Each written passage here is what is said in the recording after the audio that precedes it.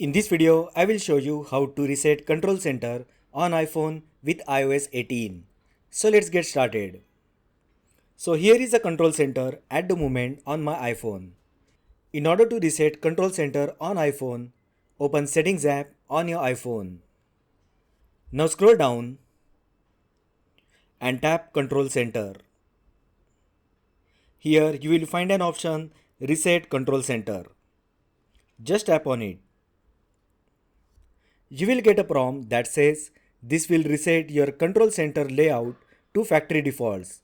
So if you are sure you want to reset control center layout to factory defaults, just tap on Reset Control Center.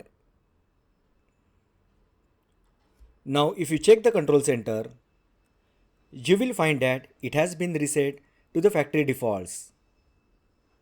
So that is how you can reset control center on iPhone with iOS 18. If you find the video helpful, then like the video, share with your friends and subscribe to my channel. Thanks for watching and I will see you in the next video.